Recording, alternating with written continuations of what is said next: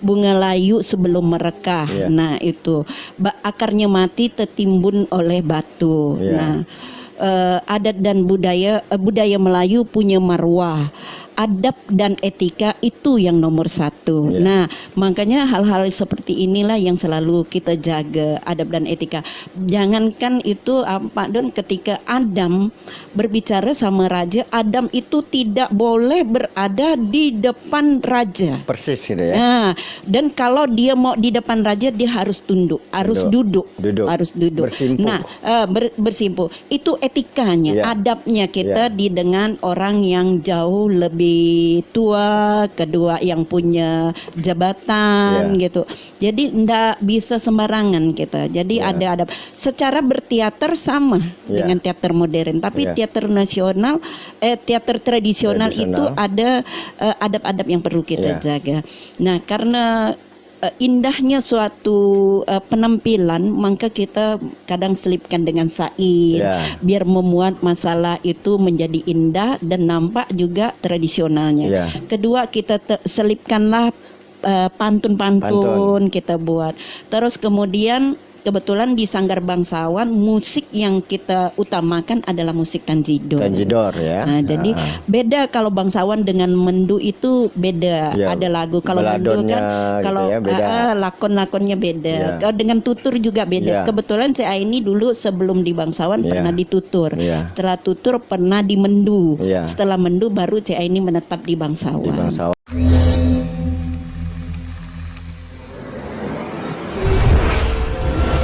Ciberdaya Talks.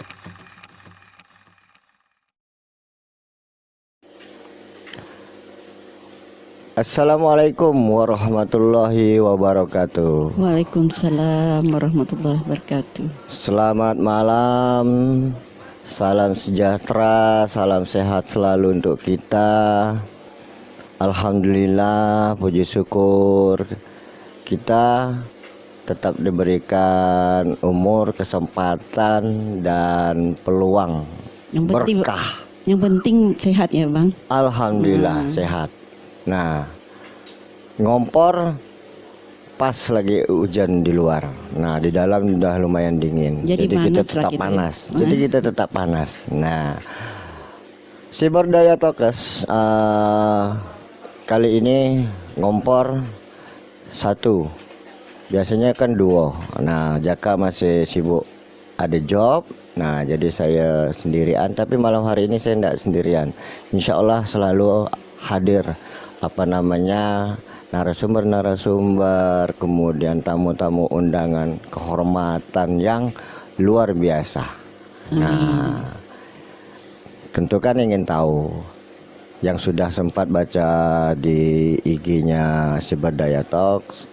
Ya kan, ada poster, ada foto, ada data, ada informasi. Nah mungkin, bagi yang belum, bagi yang yang hanya mendengarkan audio, silakan di Spotify Ciberdaya Talks. Kemudian ingin lihat langsung, mengikuti langsung, jangan lupa komen. Nah, jangan lupa komen, follow IG Ciberdaya Talks, kemudian komen acaranya di live ya, di live IG. Nah, jadi malam hari ini alhamdulillah kita sudah menghadirkan seorang tokoh sastra. Nah, bagi generasi milenial, ngompor selalu memberikan sesuatu yang punya muatan-muatan tentang kesejarahan, tentang kependidikan, tentang sastra itu sendiri, dan ngobrol menurut porsi. Nah, porsinya apa? Kita akan bicara mengulik apa saja yang seputar sastra. Nah, khusus malam hari ini kita kehadiran seorang tokoh sastra di Kalimantan Barat, karena perempuan biasa digelari sastrawati Kalimantan Barat. Saya yakin ya tidak banyak yang mengenal beliau sebagai sosok sastrawati, sastrawan. Nah, belum lagi hanya sastra nih, masih di luar sastra banyak. Nanti intinya yang kita hadirkan adalah tokoh pelaku seni budaya, khususnya yang tradisional. Wah, beliau pakarnya, beliau mastronya. Nah, jadi siapakah beliau? Nah, dari nama yang sudah terdata di Ngompor, beliau menyetujui digunakan Saripah Nuraini Adeni. Nah, karena Saripah kan orang nanya nih, al apa? Al Mutahhar, ya kan? Nah, biasa juga digelar Kak Ani atau Ani atau Ani gitu ya. Atau Cik Aini. Ada Kak, ada Bu Ani, ada yang menyapa beliau dengan Cik Aini. Nah, ini yang populer. Nah, TPRI Kalimantan Barat pemirsanya sudah kenal sosok beliau. Nah, mengapa beliau kita singgung-singgung TPRI? Karena disitulah ada ikon acaranya berbalas pantun. Nah, tapi lah saya angkat tangan lo nih. Kau dah berbalas pantun, pantun bisa, lama-lama sikit bisa. Kau nak berbalas, saya angkat tangan ni dah. Pandai nyerah Bisa saya dia, dia. ya, Datuk Panglima. Jadi karena berbalas pantun itu perlu skill, keterampilan dan adalah ilmu tersendiri dari pantun. Nah, kebanyakan saya ngobrol, saya ngambil porsi saya.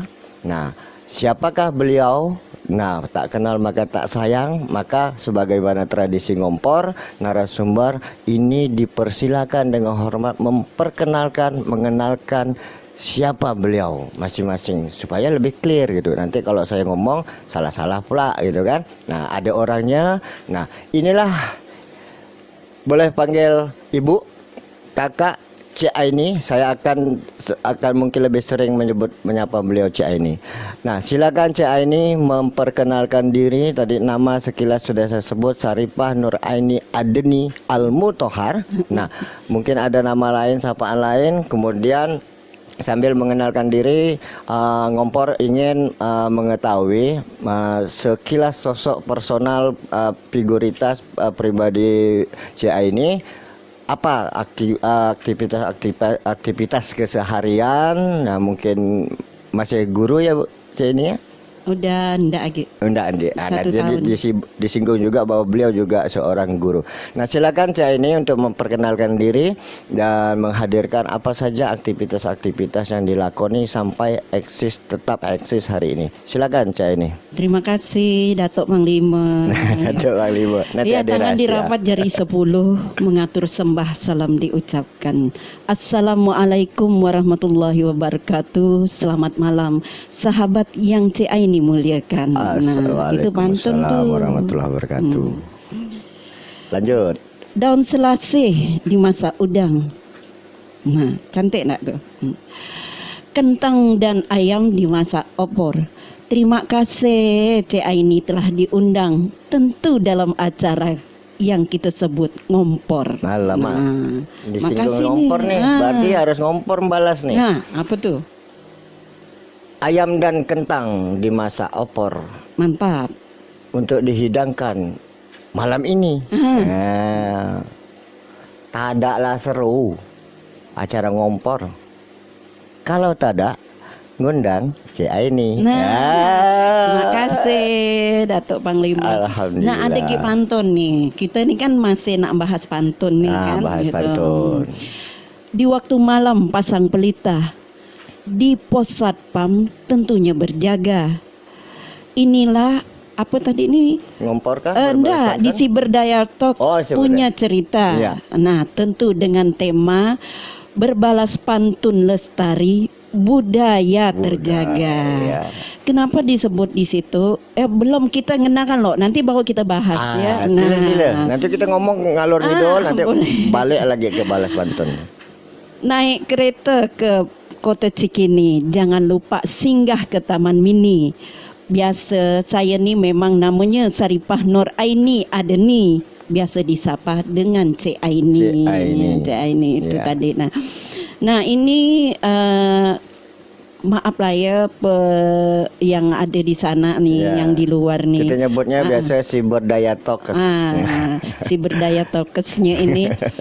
Saya nih biasa manggil Bang Doni itu Datuk Panglima karena dia selalu jadi Datuk Panglima di Sanggar Bangsawan. Nah, kebetulan saya sekarang sebagai ketua, beliau nih sekretarisnya. Masih. Udah apa nih, udah mendarah daging, dah tak dirubah-ubah. Nah, sungguh tinggi si batang turi, lebih tinggi lagi si batang sukun. Tentu Cik Aini di sini tidaklah sendiri, bersama Datuk Panglima yang juga bijak berpantun. Dia bijak sebenarnya berpantun, tapi karena tak diberi kesempatan, yang diberi kesempatan terus baca puisi. Nah, itu ya Bang Don ya. Nah, memang itu sahabat yang berada di Cyberstokers ini. Cik Aini awalnya memang adalah penari. Nah, awal penari itu angkatan Cik Aini waktu itu bersama Kak Dai yang Kak di Sanggar Andari. Itu 70 tahun 70 sekitar tahun 78 79. Pas kita berangkat bersama di tingkat nasional.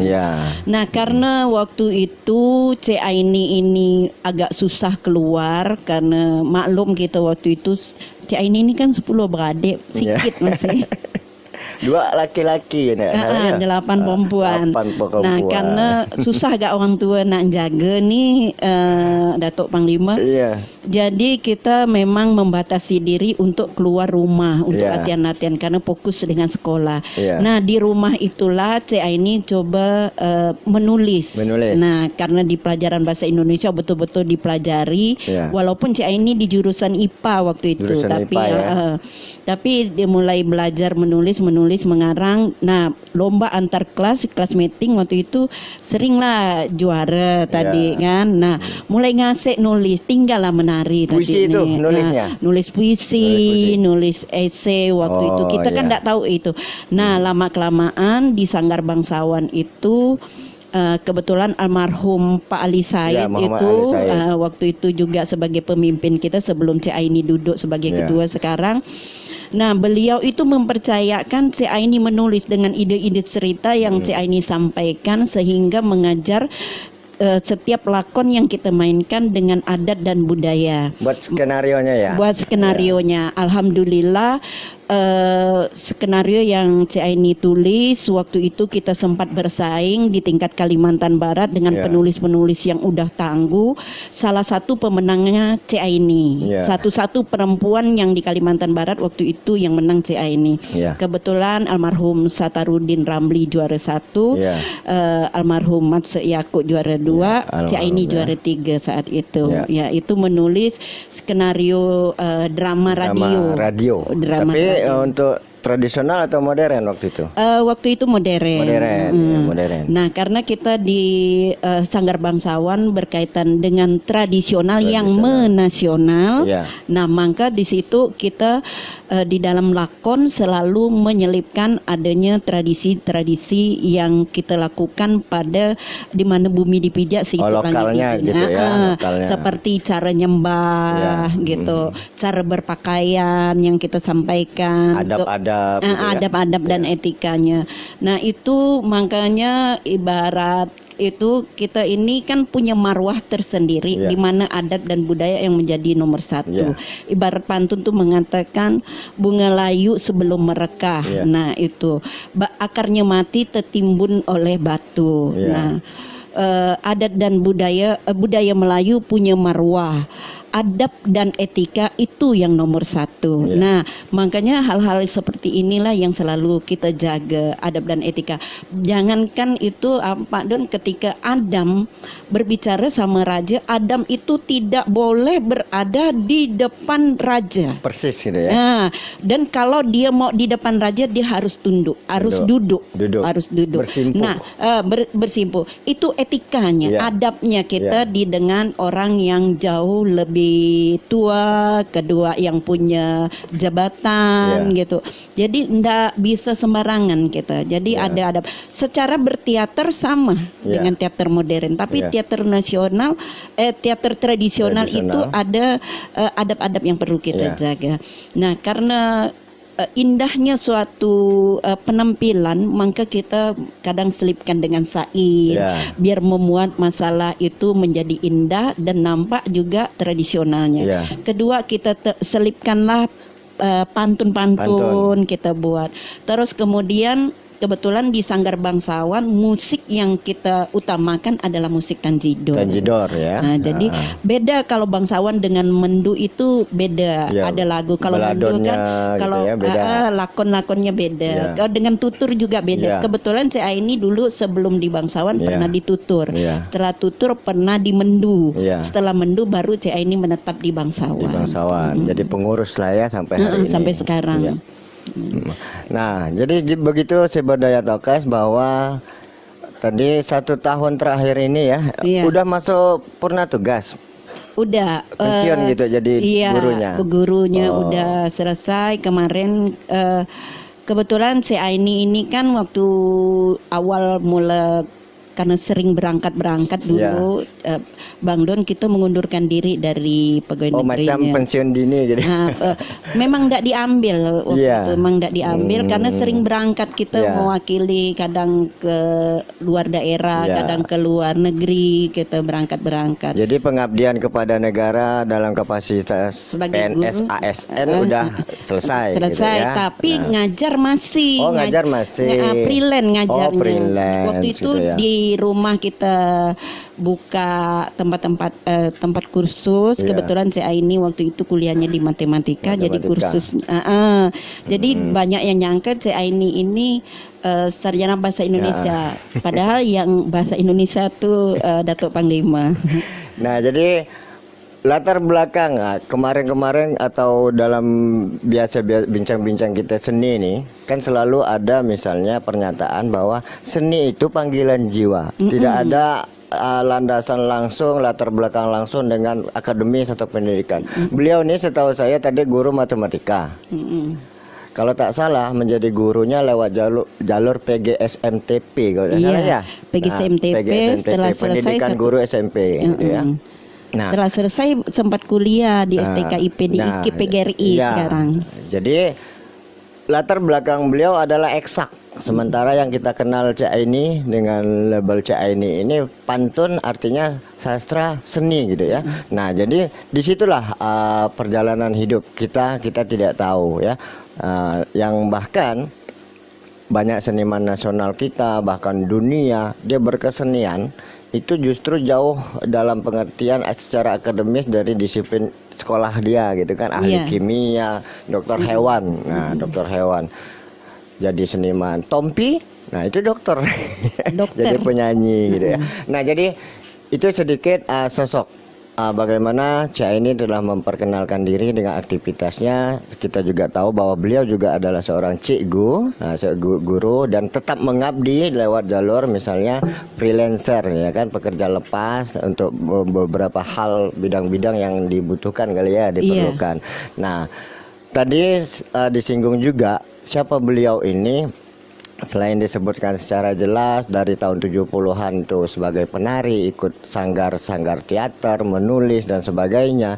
Nah, maka tadi disebutkan terakhir nama-nama tokoh-tokoh sebagai referensi kita. Satarudin Ramli itu Mendu, ya kan, tokoh pelopor pengembang Mendu. Nah, kemudian tadi teater tutur, termasuk Matse Yakob, kita panggil Dato juga adalah tokoh-tokoh di Mendu. Kemudian ada teater tutur, tokohnya adalah Harun Dasputra, almarhum juga. Nah, kita banyak sudah kehilangan orang tua kita, maka salah satu orang tua kita yang perempuan adalah Cak Aini. Nah, angkatan-angkatan beliau ini agak-agak udah langka ya. Udah langka. Nah, jadi memang makanya Ngompor menghadirkan tidak sekadar kita ngobrol, tetapi bagi kaum milenial khususnya ada tokoh sastra. Sastrawati tidak banyak. Kemarin ada kita hadirkan Yupita gitu kan.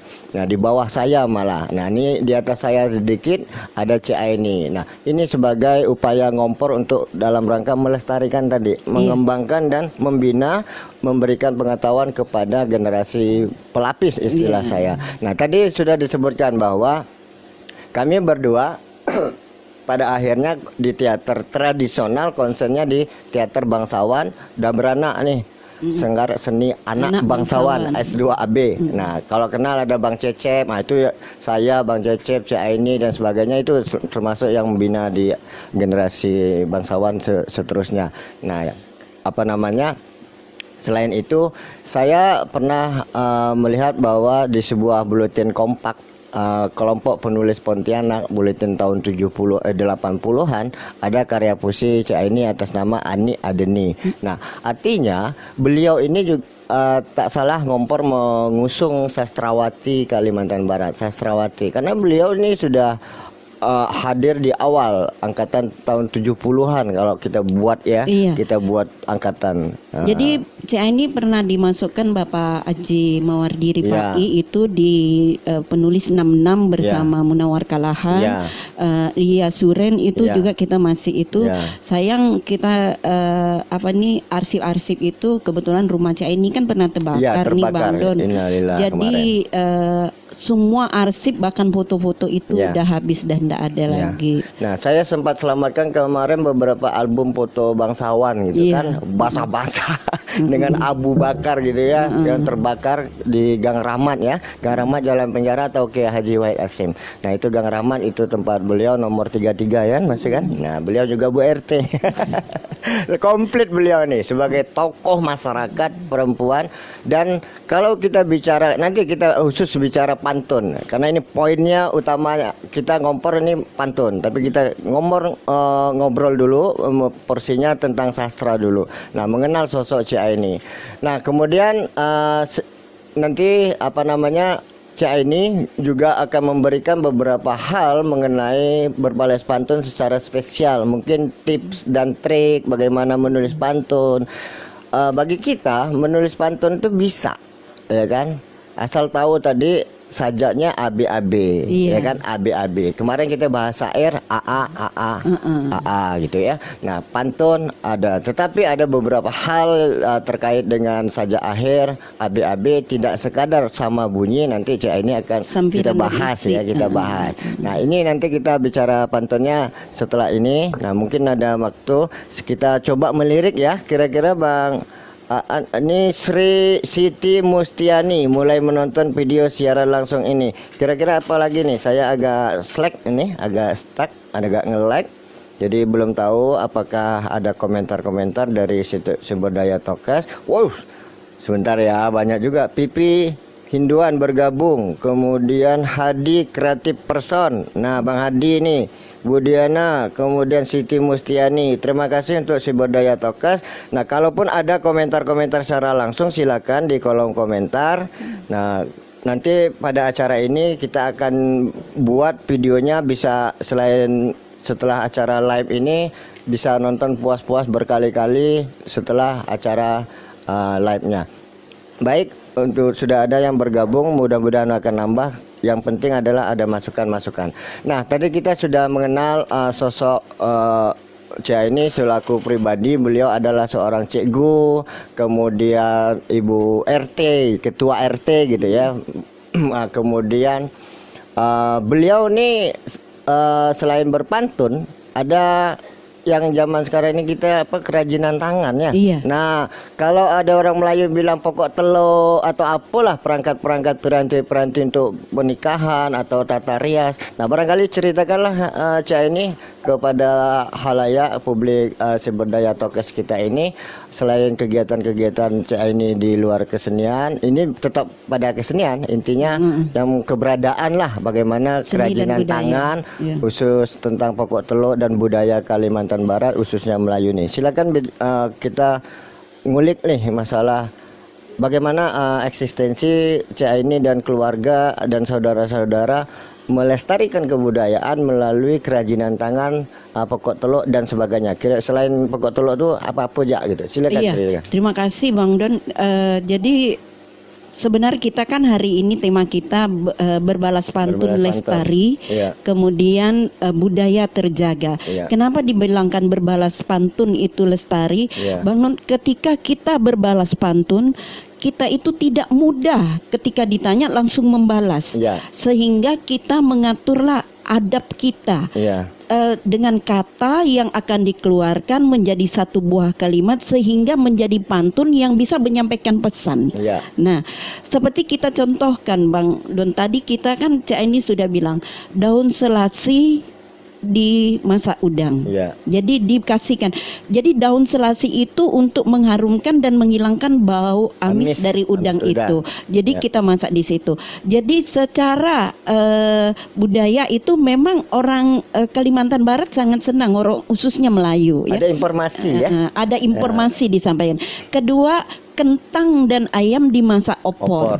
Nah, jadi kentang dan ayam itu memang kalau dipakai untuk makan lontong sedap benar kalau udah dimasak opor. Nah, ketika kita masak lontong makan pakai opor, kemudian ada sambal udangnya, wah lahap itu. Wangi daun selasi itu yang buat sedap. Nah, hal-hal yang seperti itu yang harus dipikirkan di dalam berbalas pantun.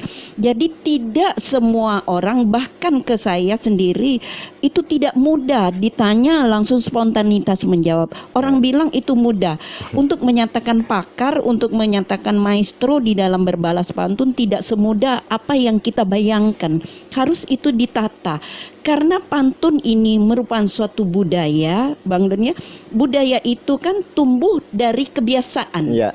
Nah, ketika kita kebiasaannya jelek, tentu tidak kita contoh. Maka kebiasaan yang baik sehingga menjadi suatu budaya. Maka orang bilang, oh itu budaya Melayu. Nah, ketika orang-orang yang sudah mampu berpantun, mau dia pakai bahasa Sunda, bahasa Jawa, bahasa Thailand, bahasa apa, pasti dia bilang Melayu. Nah, karena itu tradisinya. Maka ketika kita jawab tadi, memang kita belajar, saya belajar di SMA itu ABAB. Terdiri dari 2 sampiran utama, gitu ya, dari 2 sampiran utama sampai 2 sampiran isi, 2 baris isi. Nah, sekarang salah enggak kita kalau membuat AA? Tidak salah, selama itu antara sampiran dan isi itu ada saling ketergantungan, ada saling berkaitan. Saya bukan ahli bahasanya, kalau bahasa itu sebenarnya Bang Don yang itu. Cuman saya banyak belajar dan bahkan saya sering kalau sudah buat naskah, buat apa selalu bertanya ke Bang Don ya, Bang Don ya. Sharing kita jangan malu bertanya. Saya sampai setua begini, bolehlah ada banyak umurnya tadi ya. Memang udah masuk masa pensiun. Nah, tapi jadi hal-hal yang seperti itu kalau membuat pantun, biasa kalau yang baru belajar itu cari isinya dulu, baru kita mencari sampiran.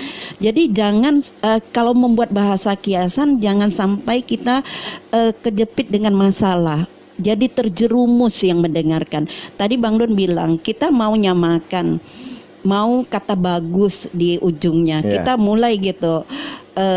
Di pinggir sungai kita menanam kaktus. Udah bingung, kaktus itu kan tumbuhnya di daerah gurun. Di daerah gurun. Jadi kalau kita menanam kaktus di pinggir sungai, kita menyesatkan yang mendengarkan.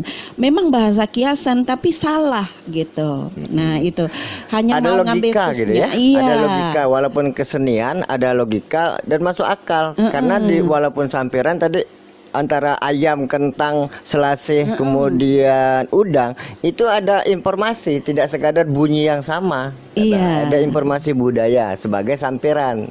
Itu yang seperti itu yang biasa ada yang suka tidak terima kalau kita. Nah, saya pernah dikritik Bang Don sampai saya dites diuji, itu pernah ada satu peserta bilang gini, balik ke rumah membeli sapu lidi. Kebetulan menang. Nah, saya diprotes. Kok yang menang tuh kok balik ke rumah membeli sapu lidi? Jadi secara logika saya bilang si anak ini di rumahnya buka warung.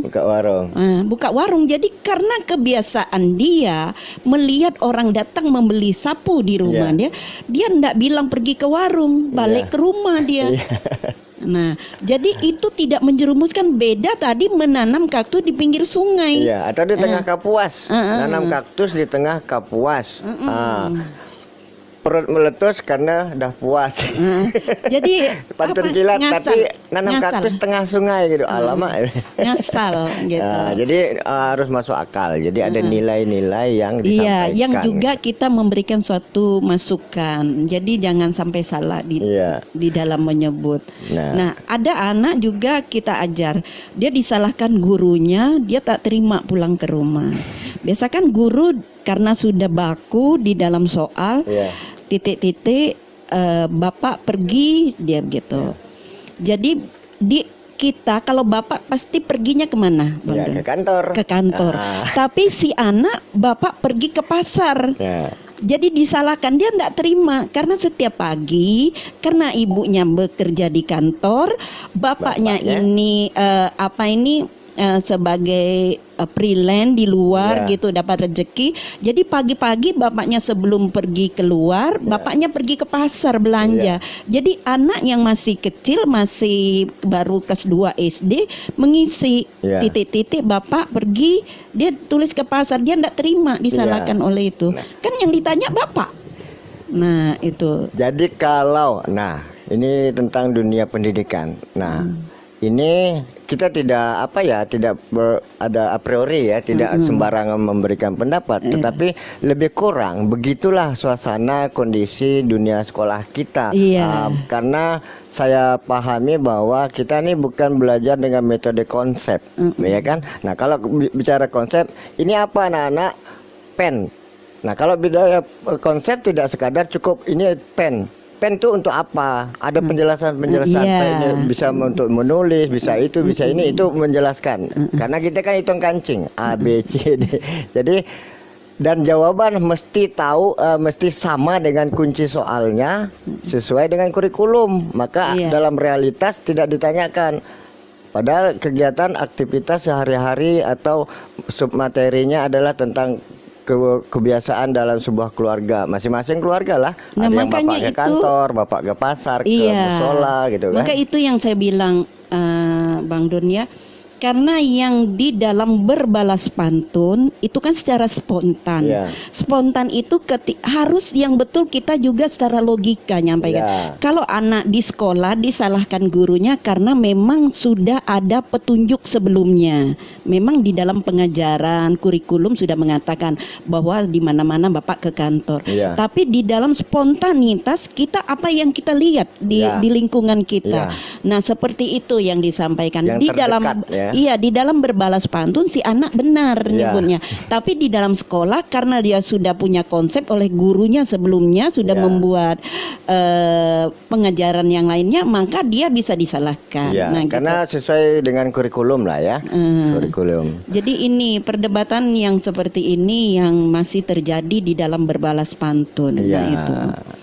Nah ini Cak ini tadi kita sudah sedikit banyaknya sudah paham bahwa di dalam seni itu tidak bebas nilai, kemudian juga tidak bebas dari nalar lah, tetap ada logika, ada penalaran dan masuk akal tadi, termasuk ke dalam bagaimana antara sampiran dan isi dari pantun.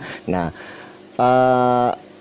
kita mau mengulik sedikit nih Cak ini untuk ketokohan ya, kita bicara tentang ngulik sastrawati dan sastrawannya ini. Menurut Cak ini generasi sastrawati lah khususnya yang kaum perempuan yang seumuran di atas atau di bawah dikit dari Cak ini kira-kira yang masih ada nih siapa? Karena saya juga agak kesulitan untuk mengetahui siapa yang masih ada, siapa yang sudah tiada untuk tokoh-tokoh sastra. Nah, paling tidak menjadi salah satu nanti narasumber atau hadir di Ngompor sebagai pengetahuan generasi supaya generasi terakhir hari ini tidak putus sejarah gitu ya, bahwa kita ada tokoh-tokoh sastra perempuan termasuk Cak ini dan yang menurut yang Cak ini tahu siapa-siapa kira-kira yang masih eksis. Kalau yang di bawah sedikit dari CA ini karena CA ini hampir kepala 6 tahun depan udah kepala 6. Jadi masih muda kan? Masih baru 16. Jadi memang tidak ada karena kebetulan CA ini waktu itu bergabung itu dengan penulis 66 angkatan 66 itu memang CA ini itu baru masih sekolah di SMA.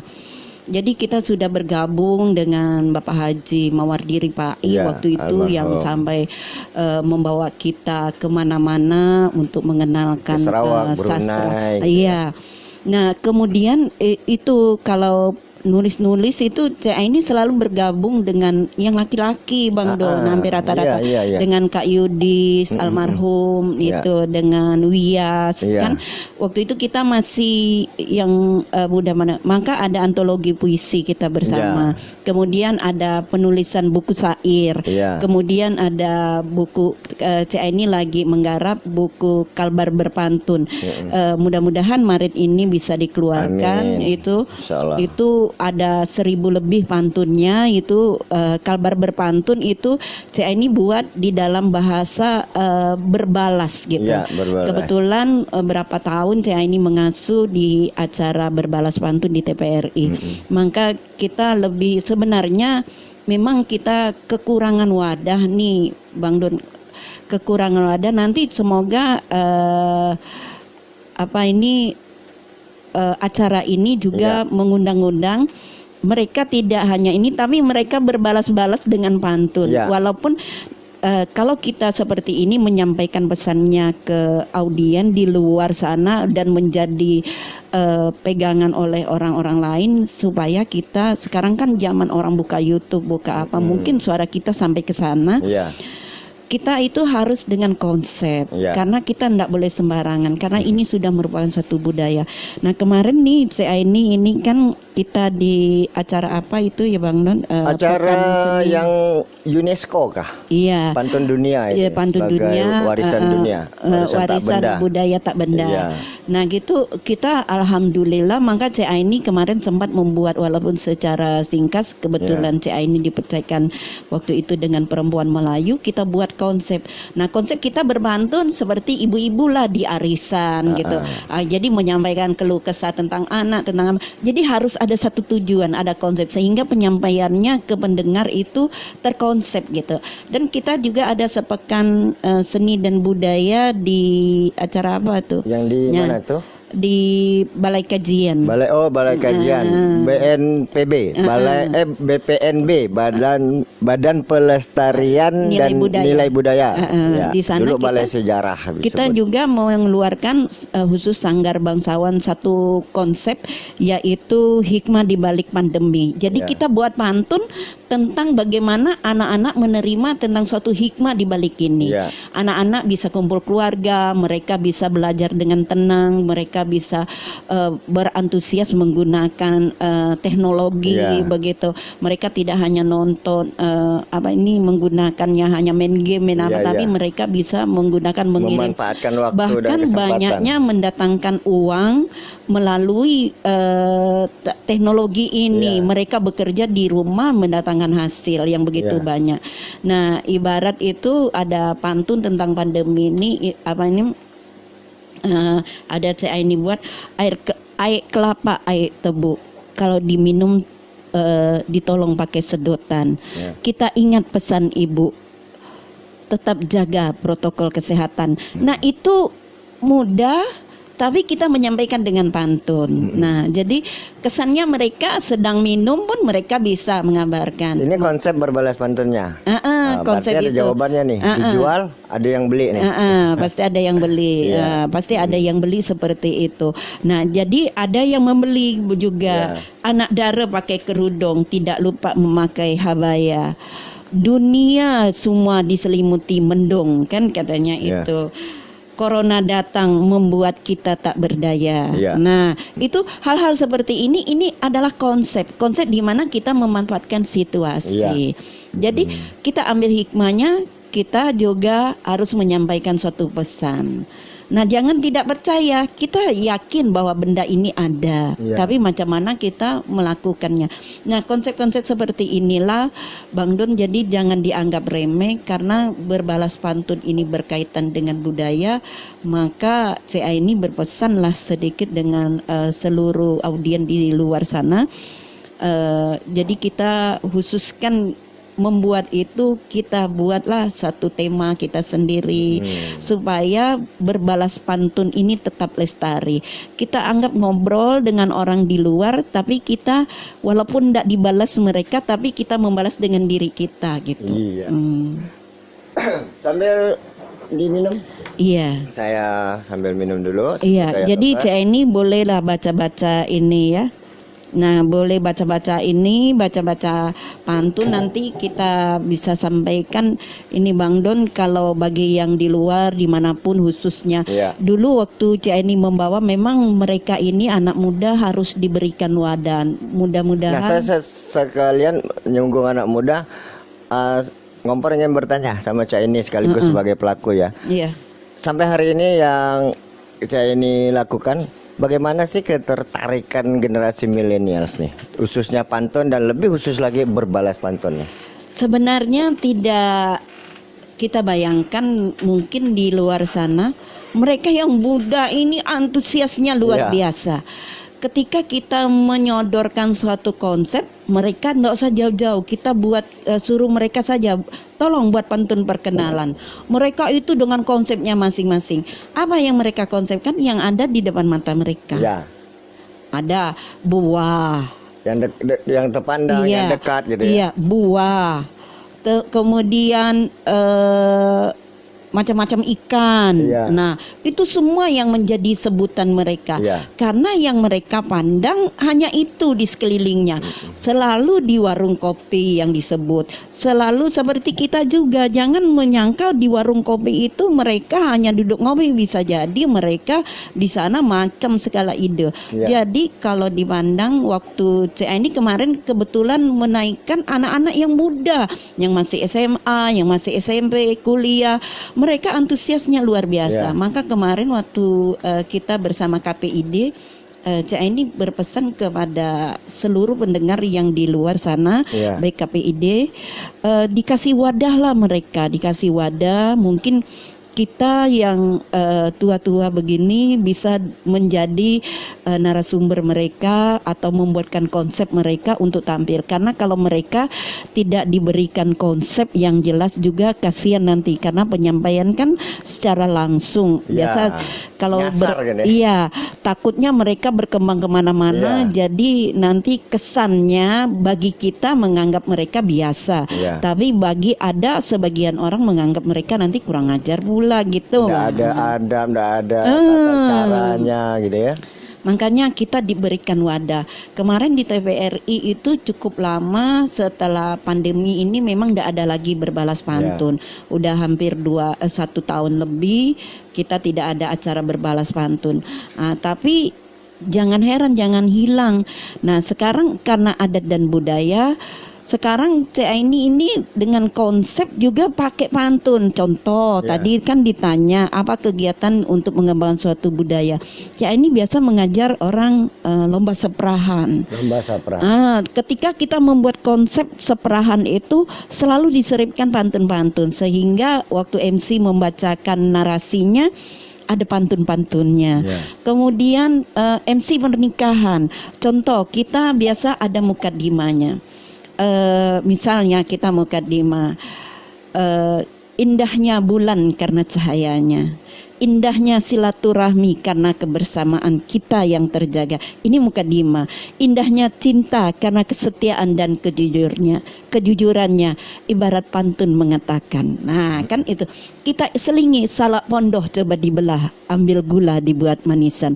Sudah jodoh kehendak Allah, manusia berencana, Allah lah yang menentukan. Nah, jadi itu konsep di pernikahan itu ada gitu, ada berpantunnya. Karena pantun ini sudah mendarah daging. Jadi konsepnya harus jelas ke arahnya itu. Nah, jadi CA ini setiap membuat apa? Nah, sebentar lagi CA ini lagi mengonsep acara mandi-mandi, yaitu akan dibawakan nantinya oleh salah satu tokoh masyarakat Kalimantan Barat yang mau menikahkan anaknya. Juga CA ini selipkan pantun-pantun di situ. Nah, kemudian apapun yang diminta. Sekarang kan ada ekonomi kreatif namanya kan. Nah, sekarang pengantin kan sudah menjadi aset wisata budaya. Maka Cik Ani pegang, maka adalah diajarkan adik-adik untuk melipat barang antaran. Kemudian mereka mendekorasi sesuai dengan keinginan anak muda. Maka dekorasi sekarang tidak lagi mereka ke tradisional doang, tapi mereka bisa dengan artistik seperti bangku-bangku yang kita duduki ini. Jadi daya tarik juga, di mana anak-anak muda juga menjadi tertarik. Olah kreativitas. Iya, makanya jadi di dalam budaya ini banyak seperti membuat pokok telur, Bang Don. Jadi ketika dia mampu, silahkan buat. Diselipkanlah di sana. Nah, nanti ada pantun di dalam pokok telur itu juga disebutkan pantunnya ketika mereka membuat narasi itu. Nah, yang disebut pokok telur dan sebagainya kan ada macam prosesi antar-antaran tuh kan, ngantar barang. Tentu yang namanya tradisi kita tidak lepas dari pantun. Ini kan dalam sebuah pernikahan banyak nih pantun, sampai ke ijab kabul. Sebelumnya ada antara-antara berbalas pantun. Ada yang kalau Betawi misalnya palang pintu. Kalau kita biasanya buat pantun bersambut waktu di luar. Jadi bagaimana pantun itu sudah menjadi sebuah keniscayaan, istilah darah daging dalam setiap prosesi acara apapun di dalam tradisi Melayu. Nah, sehingga sangat-sangat miris ketika anak-anak muda tidak tertarik, bahkan tadi karena mungkin dorongan tanggung jawab, Cik ini merasa bertanggung jawab bahwa ini harus sampai ke anak cucu, maka anak-anak muda ditangani oleh Cik ini itu tetap berminat gitu kan. Tinggal bagaimana ini supaya lebih. Nah, kemudian lebih jauh dari situ, sudah ada pantun, sudah ada materi, istilah sekarang ada kontennya. Bagaimana ada mungkin langsung lah trik-trik atau tips dari Cik ini sendiri. Bagaimana kelayakan pantun dan berbalas pantun ini sebagai sebuah tontonan sekaligus sebuah tuntunan? Iya, ini yang biasa banyak yang itu. Saya mohon maaf kalau salah ini ya Bang Don, terutama dengan audiens di luar sana. Yang banyak ini seperti ini. Mereka ini membuat konsep pantun luar biasa, apalagi mereka yang ahli-ahli bahasa. Jadi membuat pantun itu dengan benar. Nah, kita seperti CA ini bukan ahli bahasa, cuman senang, tapi pengen belajar. Nah, jangan sampai kita tidak sesuai dengan adab yang kita buat. Kadang ada pantun sebagai pengantarnya yang panjang. Pantun itu kan biasanya kita ada balasan. Paling banyak itu 8 sampai 12 suku kata katanya. 4 atau 5 suku kata. Tapi kita tidak menutup kemungkinan ada bahasa pengantarnya. Seperti tadi Cik Ani bilang, kita misal mau konsep tentang pernikahan jodoh itu datang mana, kita antar dengan mukaddimah, dengan bahasa-bahasa puitis yang mengantarkannya. Kemudian kita juga bisa mengantarkannya dalam bahasa pantun seperti Cik Ani bilang, kita mau nikah duluan nih karena penghulunya sudah datang, barang antarannya belum. Biasa kan kalau acara itu serah terima dulu barang ya Bang Don ya. Jadi kita buat konsep supaya mereka tidak tersinggung, kita bisa buat konsep dengan pantun seperti kesalahan orang jangan pernah kita hitung bila kebenaran diri kita masih diragukan. Nah, itu sambirannya saja sudah mengandung isi. Kesalahan orang jangan pernah kita hitung bila kebenaran diri kita masih diragukan. Sebagaimana adat dan budaya yang kita sanjung-sanjung, namun ajaran agama hari ini kita utamakan. Nah, berarti ijab kabulnya dulu kita utamakan. Nah, kita antar orang itu dengan bahasa pantun. Nah, jadi hal-hal seperti ini yang harus konsepnya jelas. Jadi kita bukan ahli, jangan sampai kita salah menyampaikan. Cik ini lihat kalau buku-buku pantun itu yang dibuat itu dengan tata krama bahasa Indonesia yang benar-benar. Cik ini tak bisa membuat dengan tata krama yang seperti guru-guru bahasa. Nah, karena ini maka adalah dengan bahasa-bahasa pengantar, kita harus dengan bahasa-bahasa yang indah yang kita sampaikan. Ini yang penuh teknik kita, cara penyampaian, cara penyebutan, sehingga menjadi tontonan. Nah, kita buatlah mungkin nanti ada dengan musiknya, kemudian dengan kata-kata kita, dengan ekspresi, dengan gaya. Jadi tak selamanya kita kalau kita tak hafal Bang Don, kita memang bolehlah lihat buku, bolehlah lihat HP Boleh catatan. ngepek-ngepek gitu ya. Nah, tapi kita tetap konsentrasi kalau bahasa tubuh kita tak nyampai, bahasa kata-kata kita tak nyampai, tolong dengan bahasa tubuh. Seperti tadi, kesalahan orang jangan pernah kita hitung bila kebenaran diri kita. Jadi dibawa sehingga menjadi tontonan gitu. Nah, jadi Cak ini yang disampaikan kita tidak sekarang Cak ini itu mengajak ke semuanya tidak hanya membuat pantun, tapi bagaimana kita menampilkan sehingga orang lain menjadi tertarik. Gitu. Iya.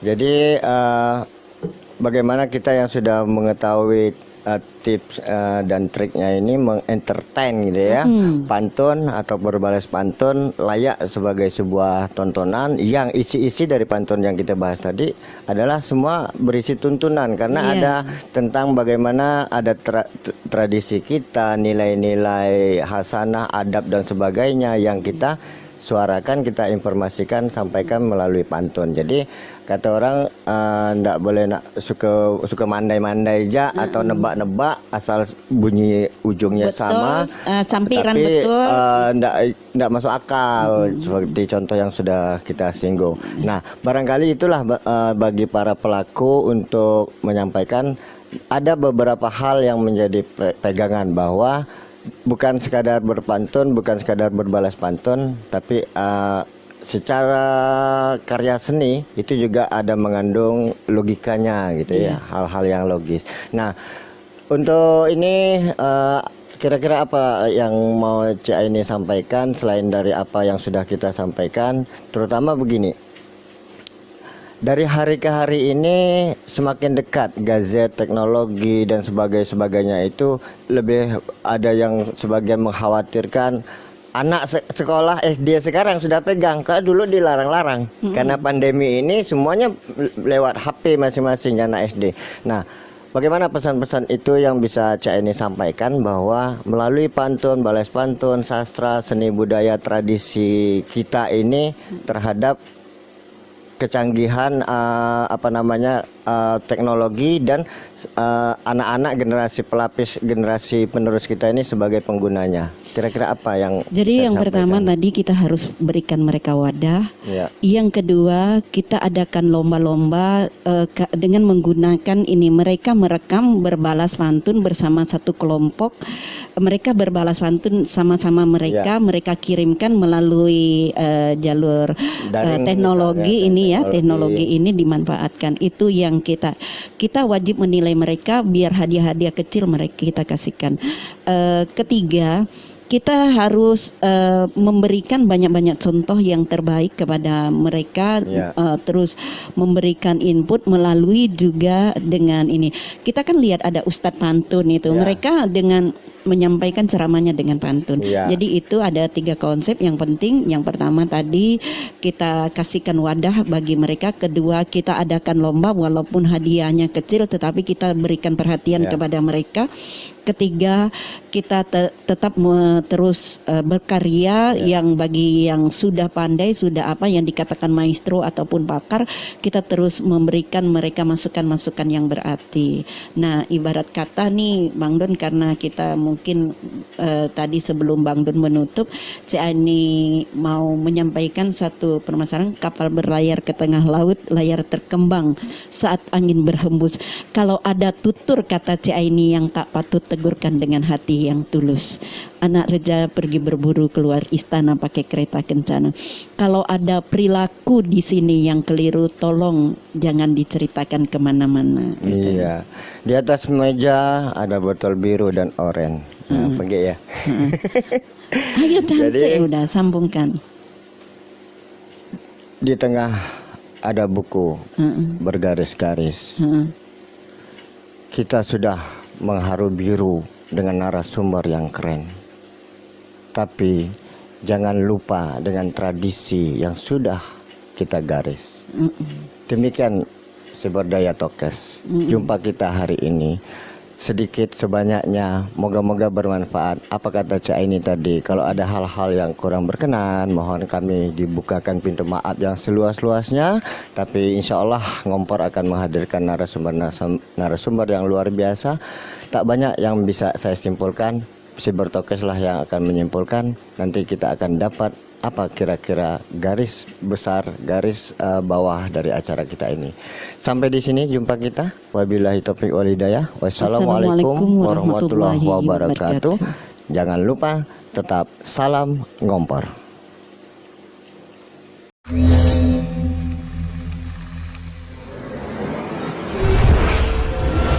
Siberdaya Talks.